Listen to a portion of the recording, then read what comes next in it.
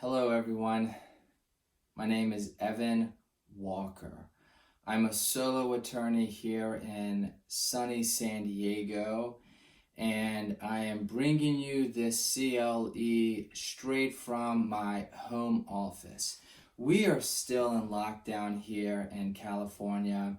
I believe we're opening stage 2, but we're still a couple of months in this COVID-19 pandemic. And myself, sheltering in place with, I think, the rest of California, and all of us together are trying to make the best out of an unprecedented and historical situation. So I'm here today, not so much to tell you about me, but to talk about COVID-19 and business interruption insurance.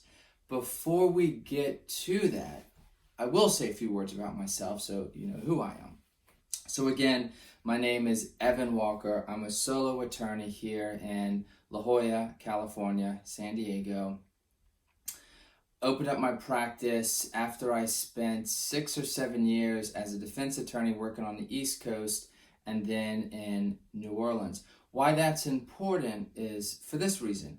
When I was a younger attorney and I first started practicing law in New Orleans, that was right after, 3 years after Hurricane Katrina. I was the Hurricane Katrina class. But when I got out, I worked for a small insurance defense firm, and we would defend insurance companies against these Hurricane Katrina claims, including business interruption claims. So that's when I first cut my teeth on litigation, but in general, but business interruption in particular, because it's a very odd area of the law. You don't see it a lot. I've seen it rarely since then. And when COVID-19 started, happening at the scale that we've seen, that was one of the issues that popped into my head. I said, oh my gosh, are we going to have something similar to what we saw in Katrina with these massive business interruption claims and the uncertainty that's arguably surrounding the contractual interpretation? And I think that's correct, right? I still think that's going to be the case. I think we're going to see this for some time. Now, getting back to, what I did. So, I had that stint there, then again, did some insurance defense work. And then since then, opened up my own plaintiff practice. And I've been doing that. And I come across insurance, of course, very regularly. It's very common to come dealing with insurance. I mostly do personal injury, about 60-65%. The other 40-45% are insurance cases.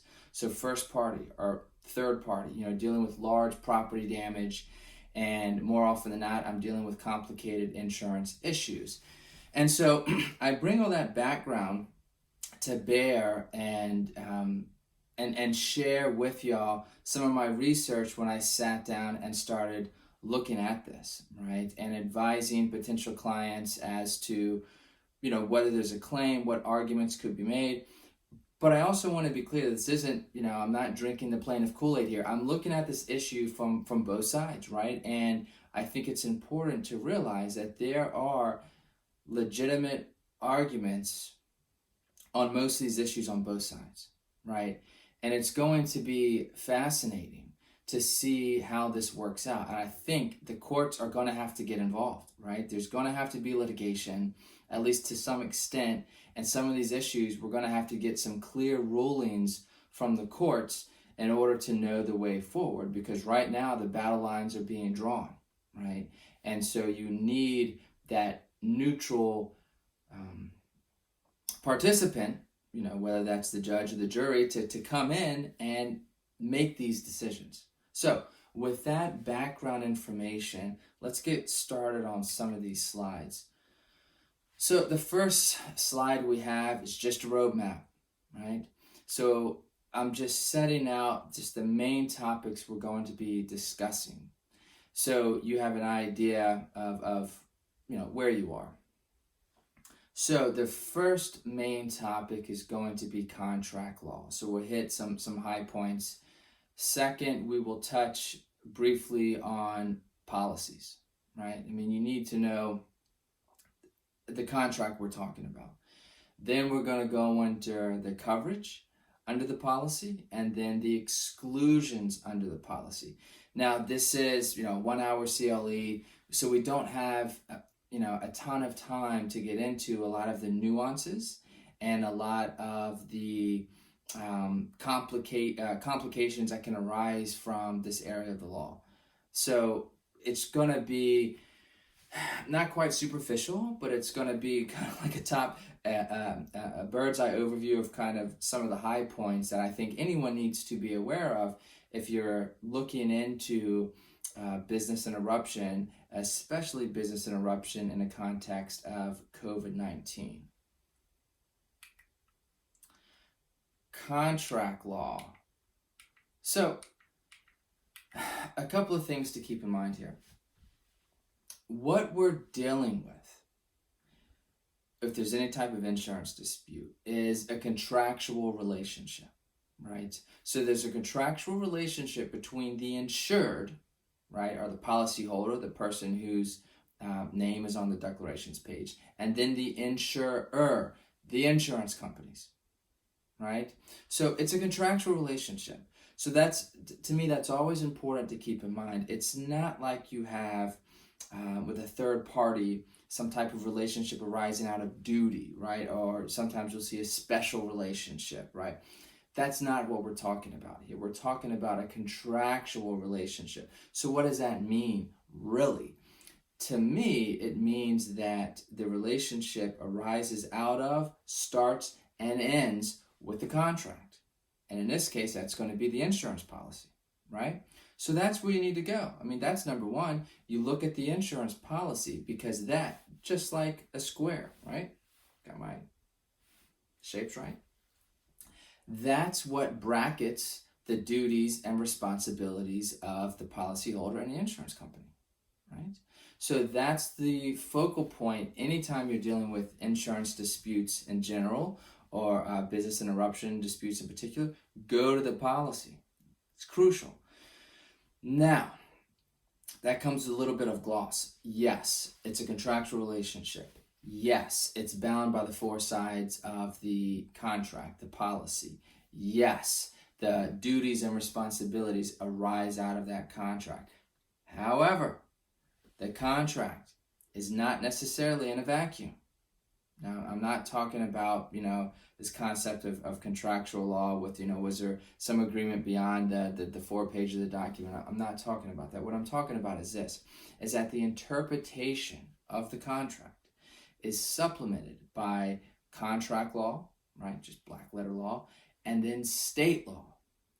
So that's important, right? And we'll get into this in a bit, but you'll see this if you do any type of insurance litigation, or just any litigation in general, is that words matter.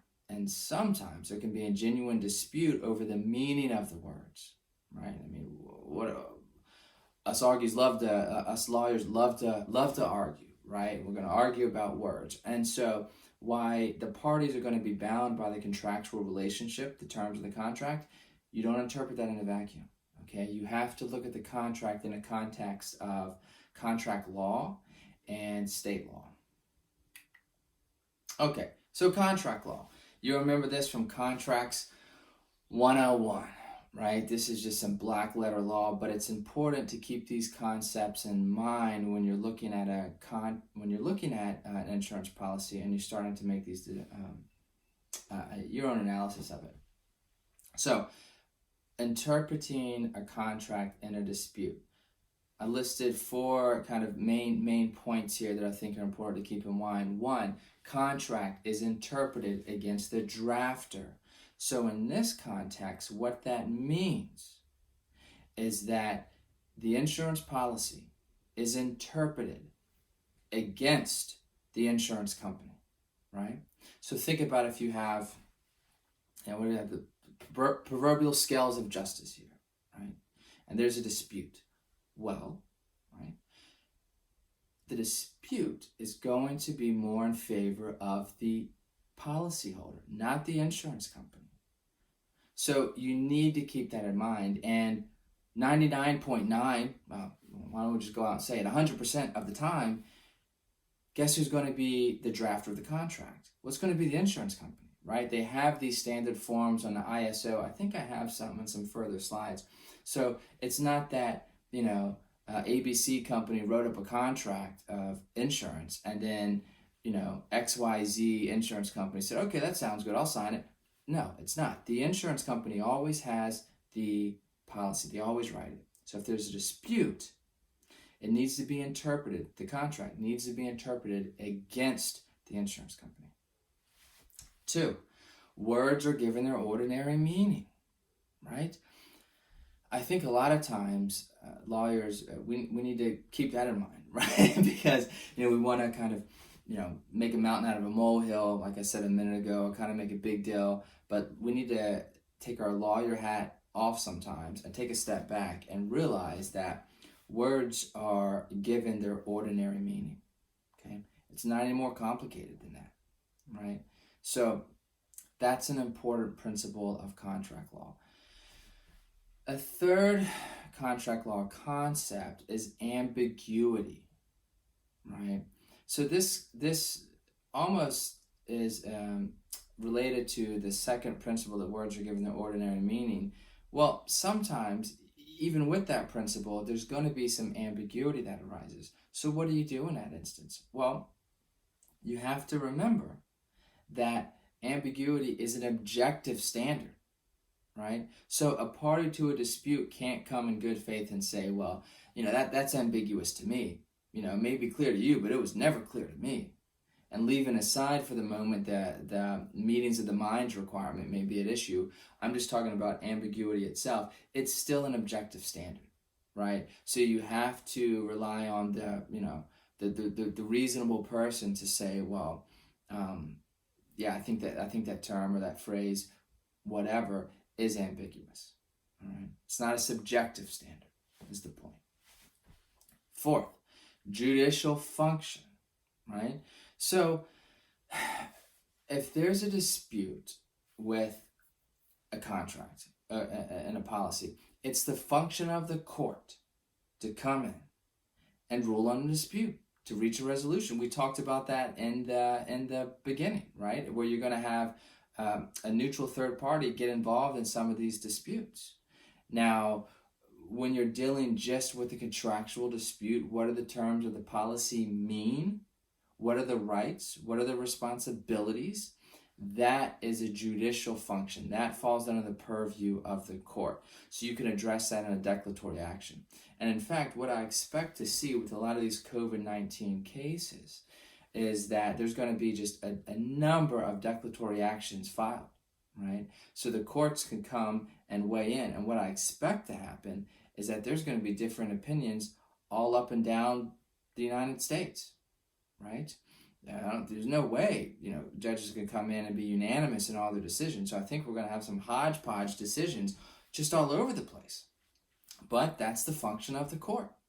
So that's important to keep in mind, an important principle of contract law. So moving on to this next slide, contract law is state law. And here we have the California flag with that bear doing his thing. Now, why is that important? Well, there's a couple of points here. So we'll address these on the next slide here. So contract law is state law. What does that mean? Well, that arguably kind of dovetails nicely with the previous point we made in the slide, is that you could have a hodgepodge of just different decisions, arising out of these declaratory actions throughout the United States. Now, that's not only because there's going to be different decisions by the judges, it's also going to be this different state law that govern how contracts are interpreted, right? We talked about that in the beginning. You look at the policy of insurance, but not in a vacuum. You also supplement the interpretation, contract law, and state law, right? So, in California, there are really two bodies of law you want to look at. So that's the state regulations, Cal Regs, right? And then state case law. And I'm sure that for the rest of the 50 states, you're going to have your own respective regulations and, of course, your own case law. But just very briefly, some points in California. In the Cal Regs, I don't have this site in front, I think it's the next slide. We have insurance companies have to abide by particular timelines, right? Which, from a policyholder's perspective, is great, right? Because the insurance company, by law, has to act and respond within a certain period of time. That's codified, right? So, and insurance companies know that. And that's great because arguably it helps move these claims along. So I think that's important to have, and I'm glad we have that here in California. Secondly is, in California, we also have regulations regarding fair claims handling practices. So this is important too, right? And I think that you're going to see something similar in some other states. So that's important because it lays out some accepted standards of what insurance companies should do when they're handling these claims. Now, California, we also have the CDI, the California Department of Insurance. So that is a state body which is responsible for handling the insurance throughout the state of California. Again, I expect you're going to see the same things in other states, right? So what's interesting here is that there was a recent statement by the CDI about business interruption in the context of COVID-19. Now, I know at first blush, a lot of people, at least that was my impression, got excited about it, like there was going to be some some state action by the CDI. But really all the CDI said was, look, insurance companies, if you're investigating these COVID-19 business interruption claims, don't forget the fair claims handling practices set out in the regs, right? And that's what it said. So it didn't change anything. It just said, hey, insurance companies, you better follow the law.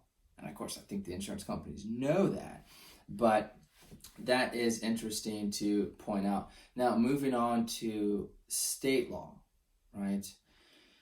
Here in California, there are really two main concepts that I would say would be important here.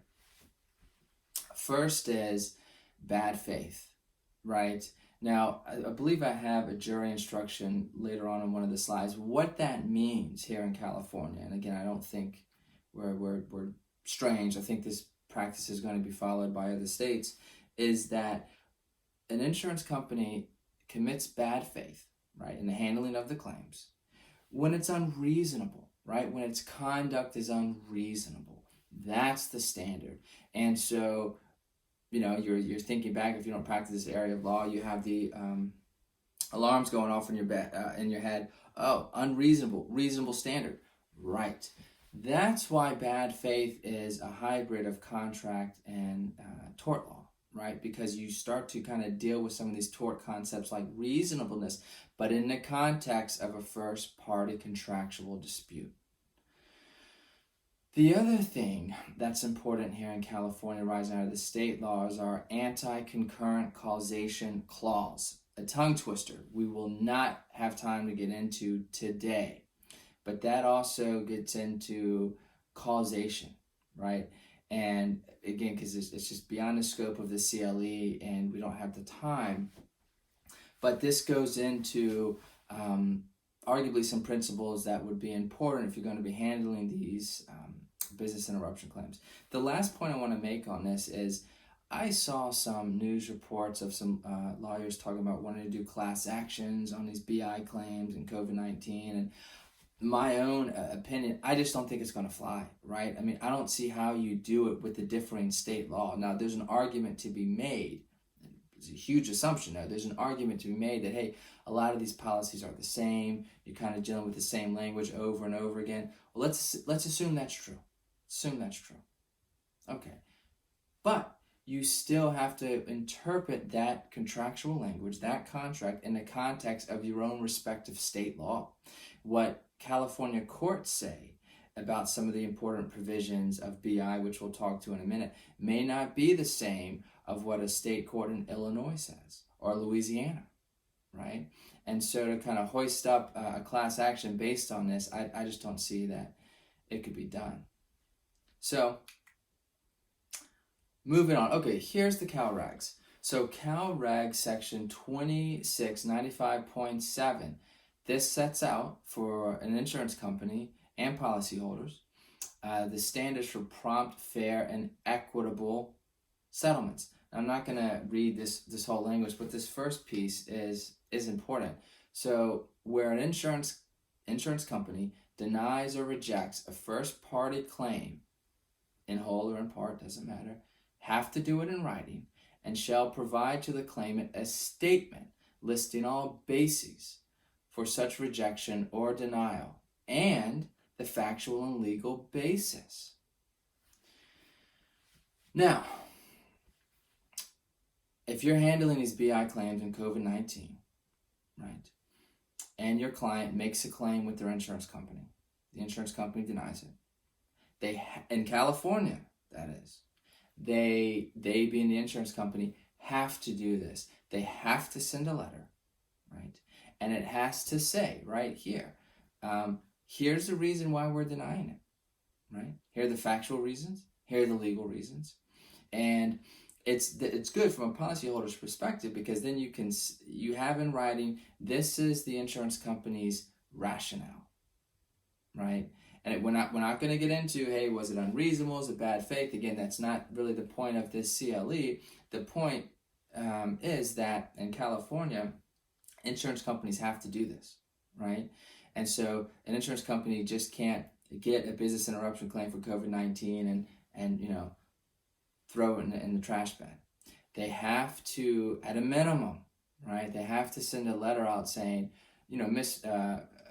and Mrs. Jones or ABC company, whatever, we're denying your claim for reasons ABC. And what I see a lot of times is the insurance companies will send you a letter and then they cite the policy language. In fact, I've never seen a letter that didn't do that. And so that's helpful too, because then you can, what you should do, go back and compare the policy language, right? See if that's correct. See if the facts that they represent in the letter are correct, right? So that's something to be on the lookout for. Oh, here's the jury instruction I mentioned in bad faith. So this is KCS, or jury instructions in California. KC 2332, bad faith, first party failure to investigate. I just want to hit over this real quickly because I don't think it's particular to California. And what I see what I expect to see with a lot of these COVID-19 BI claims are allegations from policyholders that insurance companies just failed to even investigate, right? And I just have some limited experience and knowledge of that, of the insurance companies just flat out just denying the claims and saying, look, the policy language is clear. I'm not even going to do anything more than just regurgitate what the policy says. And I think that's incorrect. In California, that's incorrect. Here's what the KC says. So in order to prove a first party bad faith claim, plaintiff has to show a loss was covered under the insurance policy. So that's important, right? So let's clear that up. Policyholder has to show that it suffered a loss and the loss was covered under the policy. Again, remember the square. 2, plaintiff properly presented a claim to the insurance company to be compensated. That's not too bad. 3, the insurance company failed to conduct a full, fair, prompt, and thorough investigation of all the bases. That is where I see a lot of litigation arising out of, right? Especially with insurance companies being hit with all these BI claims. And perhaps there's an argument to be made that the insurance companies did not conduct a full, fair, prompt, and thorough investigation of all of the plaintiff's claims, of all of the bases. Right, and then 4 and 5 was plaintiff harmed, and then causation for number 5. So that's going to be important, I think, if you're getting into litigating these BI claims. So we're done with contractual law, and now we're moving on to the policy itself. So what we're going to be talking about are the commercial policies, right? That's the issue here. So commercial policies are either all risk or named peril policies. So what an all-risk policy is, it's a misnomer. It doesn't mean all risk. What it means is that the insurance company has agreed to cover a loss unless it's excluded. So another way to say it is that a covered cause of loss is a non-excluded cause of loss. So let me break that down a little bit. So what you'll see is insurance policy will list, it'll have kind of a blanket statement and say, hey, we'll cover, we'll cover damage to your property, right? But if the damage results from, and then they'll list, right, a number of items. If the damage results from, usually earthquake, terrorism, things like that, flood, of course, that's a non-excluded cause of loss. So that's an all-risk policy. That's what most of the policies are. The other type of policy, however, is a named peril policy. That means that a covered cause of loss are named in the policy. So what you'll see instead is the insurance policy says, if damage to your property was caused by the following perils, we will cover them: fire, lightning, wind, water. Okay, so, excuse me, that is the difference between an all-risk and a named peril policy.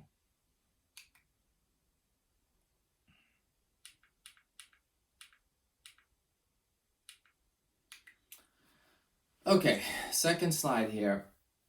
Commercial policies, business interruption coverage, all right?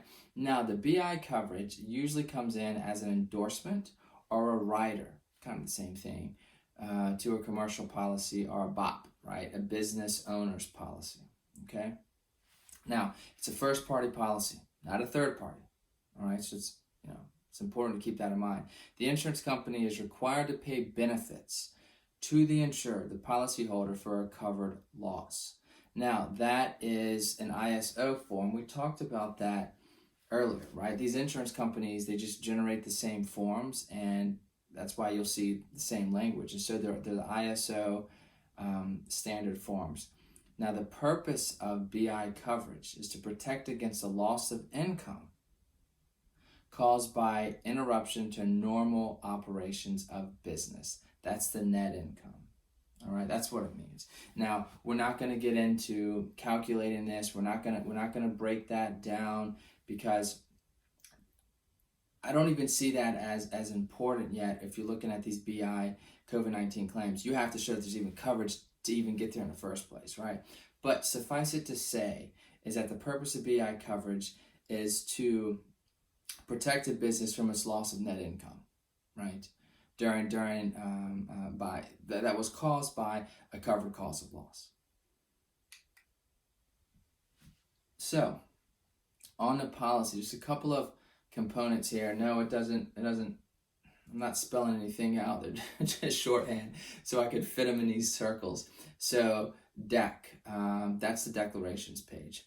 So that's the most important part of the policy. That's really the only part of the policy that's tailored, meaning it's going to list the named insured, the named property, and then it's going to list the coverages, right? So it'll say, business interruption, and then you move over to the right side, it's going to have a number next to it. So that's important because it's a one-stop shop, right, to know who's insured, what are the policy limits, right? What are the policy coverages, and then what is the term of the policy and a policy number, all crucial information.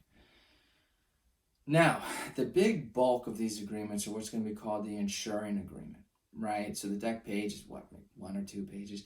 The insuring agreement is going to be, 20 to 50 to 80 pages, right? That's going to set out definitions. It's going to set out the coverages. It's going to set out the exclusions. That's really the heart of the matter, right?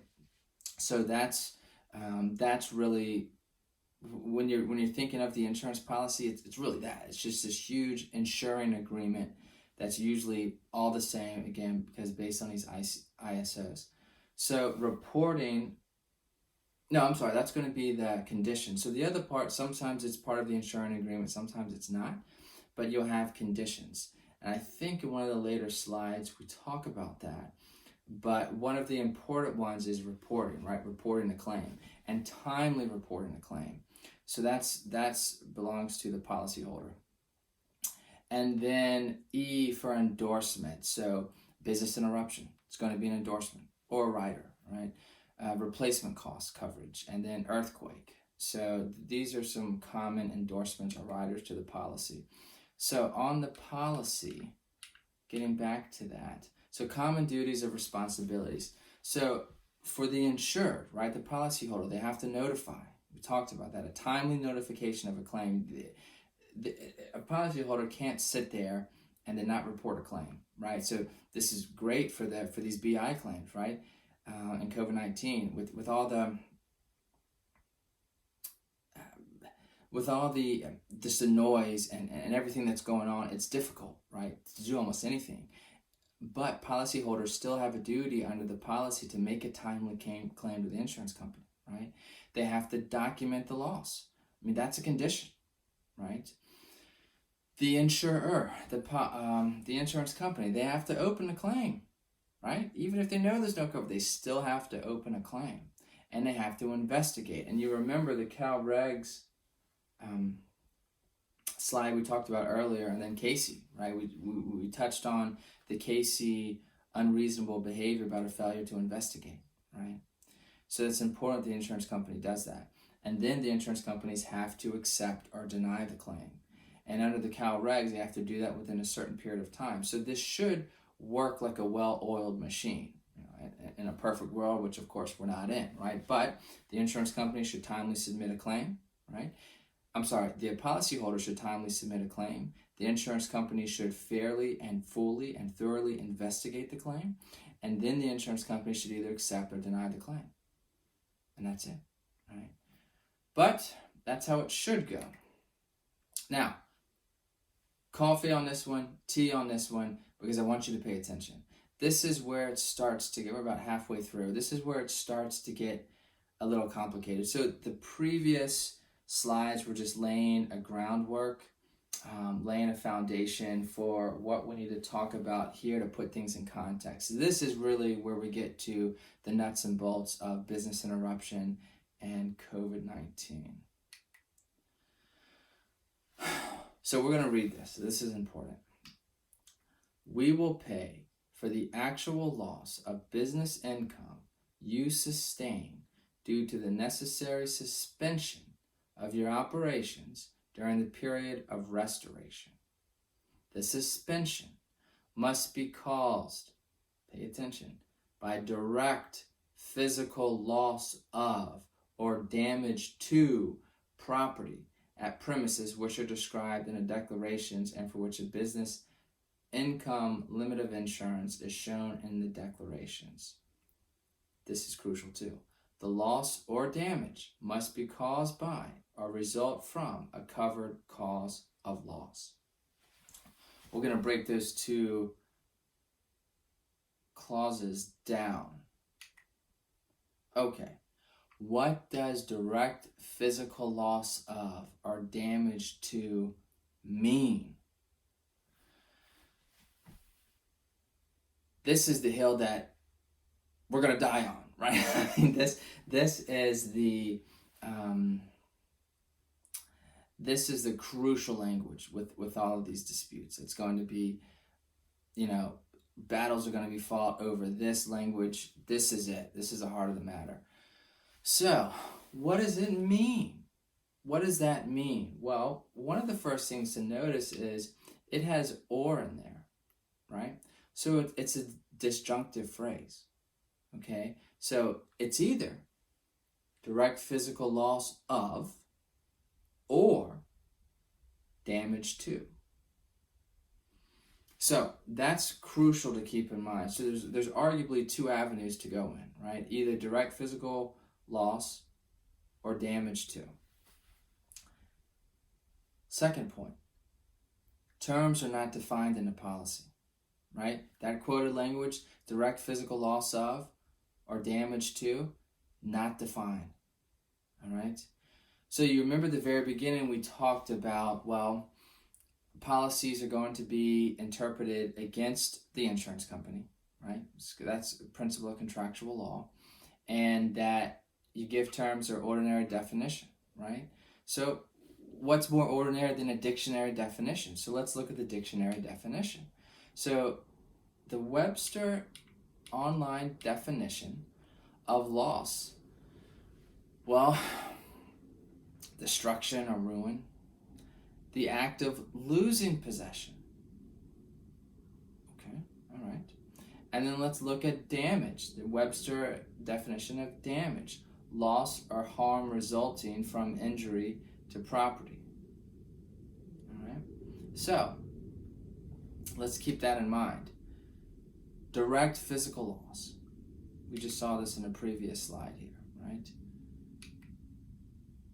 Does that mean an act of losing possession? Well, that's how Webster defines loss, right? You see that under, in the previous slide here, under the second definition 2A, the act of losing possession. That's what loss means. So does direct physical loss mean direct physical action of losing possession? Well, according to Webster's, it does.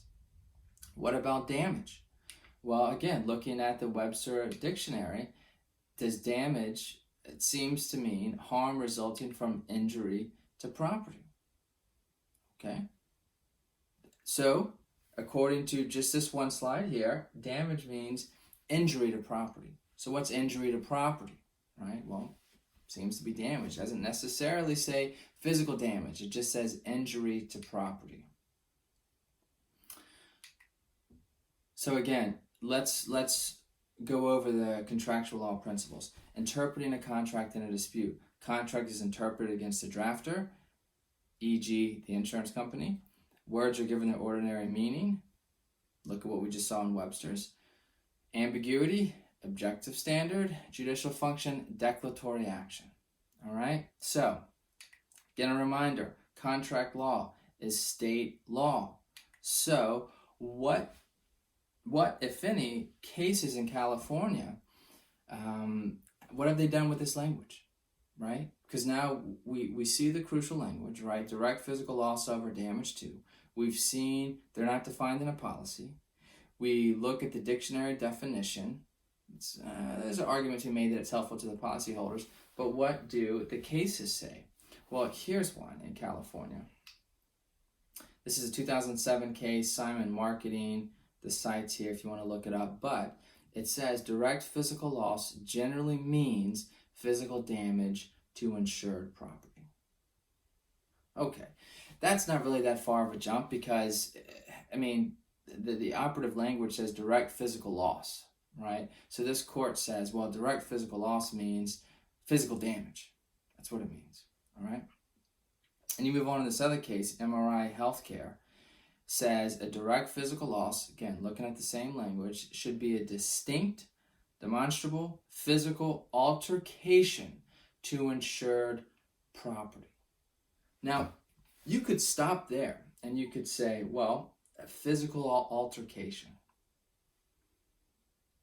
You could be creative and say, well, you know, maybe a virus is a physical altercation of the property. Oh, that's not an unreasonable position. But the case goes on to say that such a loss should result in an actual change in the property from a satisfactory state to an unsatisfactory state. Well, that's still helpful language for a policyholder. An external force must have acted upon the property to cause a physical change in the condition of the property. And that's, you already see some battle lines being drawn about that too, about whether or not the COVID-19 is causing a physical change in the condition of the property. Well, I would say there's some helpful language there. So let's look at some of these other cases throughout throughout the country. What does physical loss of or damage to mean? Well, you have this Minnesota case that says asbestos can cause physical loss or damage to insured property if it actively presents a health hazard. Well, by analogy, you look at COVID-19. So if any practitioners are in Minnesota and they want to litigate these claims, I'd suggest you look at that case. Then you have, looks like a federal case out of Minnesota that says bacteria can cause physical damage or physical loss or damage to insured property. Again, I would say bacteria is going to be closer to COVID-19 than asbestos is. And then you have a case out of Colorado It's going to involve the church, and it says fumes can cause physical loss or damage to insured property. Well, I would say that's helpful from a policyholder's perspective. Lead, this is out of Massachusetts.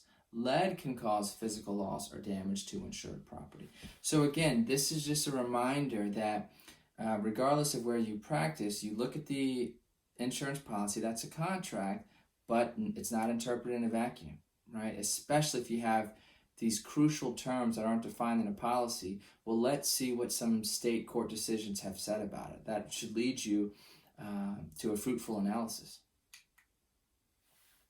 All right, let's go back to coverage.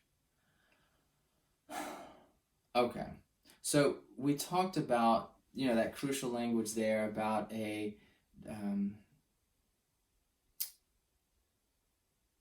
about the damage and the loss. But here I want to focus on this. The loss or damage must be caused by a result from a covered cause of loss. Okay, so moving on to this slide. Loss or damage must be caused by or result from a covered cause of loss. What is a covered cause of loss?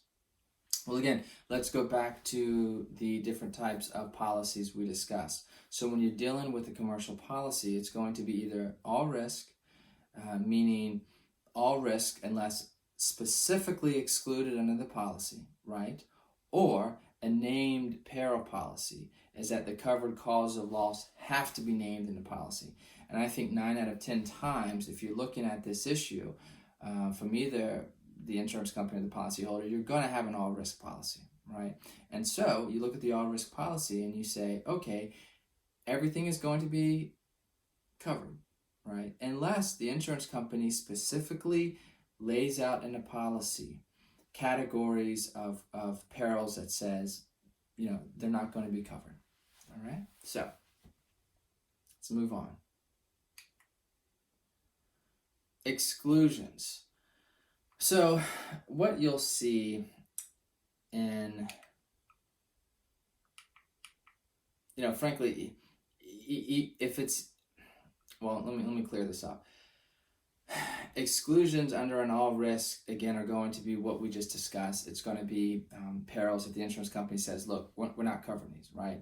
Now, in a named peril, you're arguably not going to see that because you're just going to see, that's why I said it's kind of a moot issue because you're probably not going to encounter a named peril policy. But if you do, you don't really need to concern yourself with the exclusions as much as you do, well, what covers your peril. So these next couple of slides are really focused on all risk policies.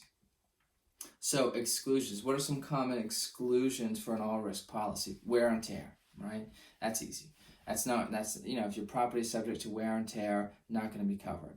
Nuclear hazard, right? There's some nuclear accident, damages your property, not covered. Earth movements, earthquakes, right? You need a particular rider for that. That's not going to be covered. Virus and pollution. Now we're getting somewhere. These are typical exclusions. So, I'm not going to read this, but this is arguably very important language if you're getting into this. So, just kind of hitting the highlights here, it says, look, that this exclusion, it applies to all coverage, right, under this policy. If it comes to endorsements or whatever, anything.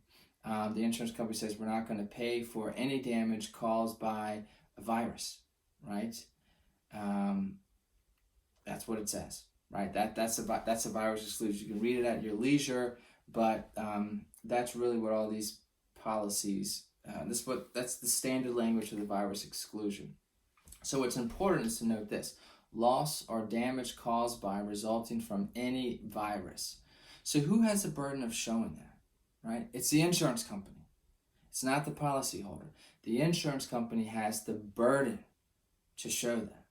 Now, insurance companies began using these virus exclusions after the early 2000s once we had SARS, right? So the insurance companies arguably knew that viruses could be a problem for them, right, as far as underwriting or whatever. And so they started having these virus exclusions into these all-risk policies. Another exclusion to pay attention to, which I haven't seen a lot of people talk about, is a pollution exclusion. Okay, so I don't think I have I don't have the language here. So here are the important kind of takeaways for the pollution exclusion, and that's the insurance company will not pay for loss or damage caused by pollutants, and the insurance company will pay if the pollutant is caused by a specified cause of loss. A specified cause of loss, for example, fire, explosion, water. Okay, in that case, then there's an argument that the insurance company will pay for any damage caused by a pollutant. Pollutants, what are they? Well, this is defined. Solid, liquid, gaseous, or thermal irritant or contaminant. So the question is COVID-19 a pollutant? Well, if that's the insurance company's position, then the insurance company has that burden. So there's a couple of roadblocks if you start to put all these things together, at least roadblocks for coverage. So here's kind of a checklist. If you want to run your analysis through this. So is there loss, right? Is there loss to insured property? Well, so you need to ask yourself, is there physical damage to the property, right? Did the policyholder lose possession of the property? We saw that as a definition under Webster's. Okay, so is there loss or damage? Remember, this was a disjunctive. So the trigger for coverage under BI, the physical damage requirement, is disjunctive. We discussed that. So was there damage? And again, looking at some of the cases in California, that damage means physical altercation. Was the property physically altered? Or was there harm resulting from damage to the property? Again, looking at the dictionary definition. If so, is there argument for coverage? Well, the policyholder, the insured, has the burden. The policy is interpreted against the insurance company. So what impact does civil authority coverage have? I'm sure you've heard a lot of discussions about this in the news as well. So that is an endorsement, right? So not every policy has it. You need to make sure it's an endorsement. It's an endorsement that insures against losses resulting from government orders prohibiting access to insured property due to physical loss or damage to property other than the insured property. That's a mouthful, right? And so it's important to know what this language is saying. So I have the language here. And there's no need to go over it now, but the high points, I would say, are this. So even if you want to make an argument under this, you still have to show a covered cause of loss, right? So let's take a step back. Let's assume you can't meet the physical damage requirement, right? Or losing possession. You just can't do it, okay? So you want to pursue coverage under the civil authority coverage. In order to do that, right, let's assume you have a named an all peril policy. Then you should be able to do it if A, there's a covered cause of loss, meaning virus wasn't excluded, right? Or pollution wasn't excluded. Okay. But if it's an all-risk policy, that's what we just talked about. Covered cause of loss is not excluded cause of loss. Okay. Named peril, covered cause of loss are named in a policy. So maybe you have that argument. Then you need to continue with the language, and it says, civil authority coverage causes damage to property. Okay. Here's the difference. It's not damage. It's not property damage to the insured's property, right? To the policyholder's property that's listed in the declarations page. That doesn't have to be physically damaged. What has to be damaged is other property, right? And the policy here usually defines damage as injury to property. So let's look at the, let's look at the policy. Sorry, my mouse skipped ahead. Okay, so let's see if we can meet the coverage elements.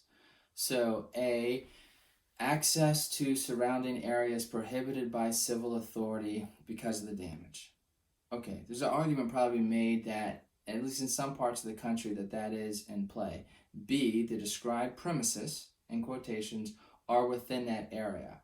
Usually that's limited to within 1 mile of the covered property.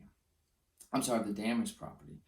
And then C, civil order was in response to a dangerous physical condition resulting from damage of a covered cause of loss.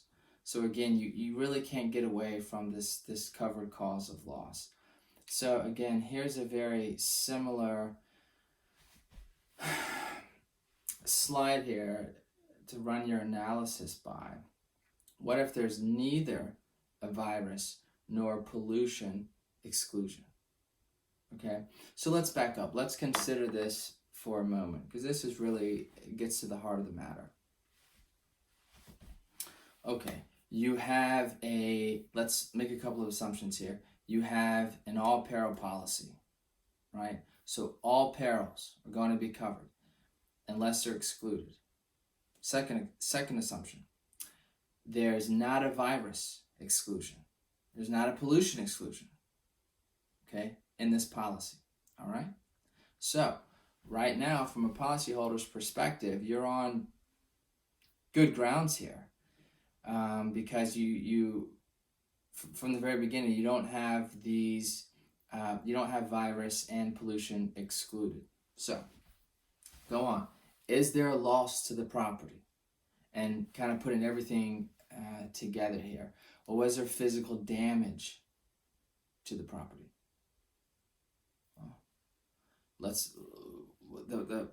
The policyholder needs to show that, right? You remember in the beginning we talked about the policyholder has the burden of coverage. So the policyholder has to show that. Or can a policyholder show that they had lost possession of the property? Then, again, because it's disjunctive, was there damage? Not direct physical loss, right? However that's interpreted in California and your own states, but was there damage? Well, again, looking at the definition, was there physical altercation to the property? Maybe not physical damage. Was there physical altercation? Was there harm resulting from damage to the property? Well, in that case, you make the decision, well, is there an argument for coverage here? Again, the insurer, the policyholder, has the burden. But the benefit is that the contract is interpreted against the insurance company, right? So let's move on here. Oh, these are just, it's an incredible time we're living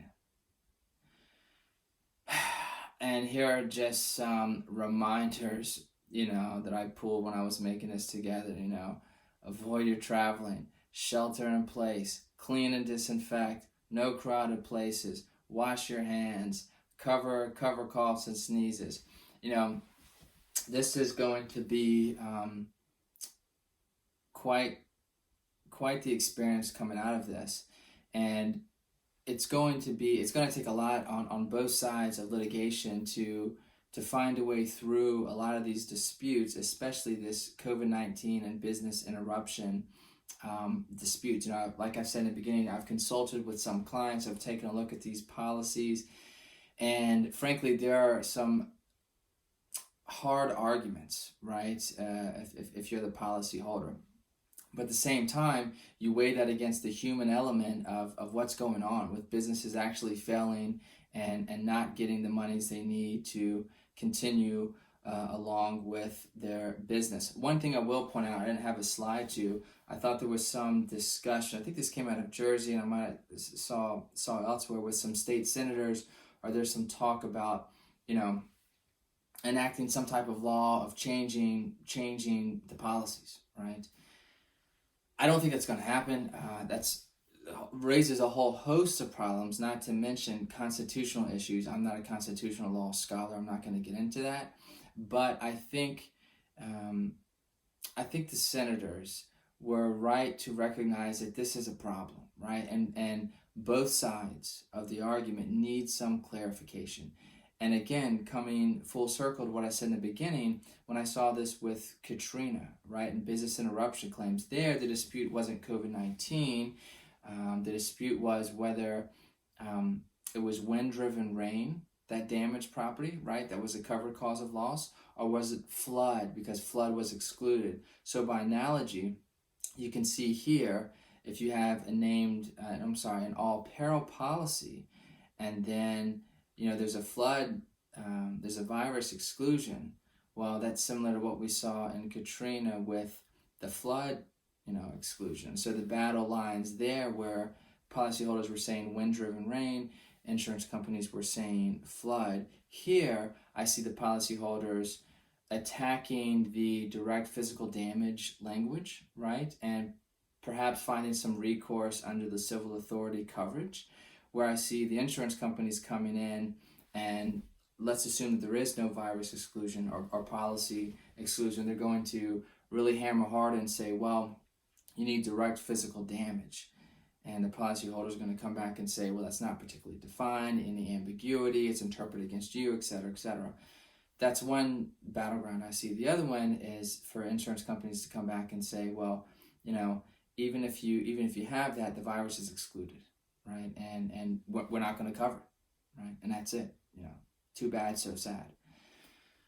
So I don't know how this is going to shake out. I know some lawsuits have already been filed. I know some colleagues are assisting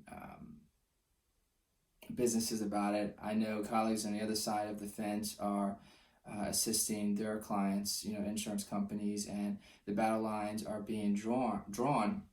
And I don't see really at this point a way out of it, except through at least some of these cases are going to have to be litigated. Some of these cases are going to have to be tried, and the court's going to have to get involved in some of these declaratory actions and make some findings of law. Again, we said this in the beginning, that when there's a contractual dispute, it's the judge that steps in, and he's going to say, this is what the terms mean, right? This is what's covered, this is what's not covered. So I hope that this CLE just provided you some background, right? Again, like I said, we're kind of just skimming the top, just to give you just a very general understanding of the lay of the land, right? And then really the focus of the dispute, the language, and then to be able to look at this policy and these disputes from both sides, and then whoever your clients are, insurance companies, policyholders, businesses, be able to advise them of the best path forward. So thank you, everyone, and stay safe. Thank you.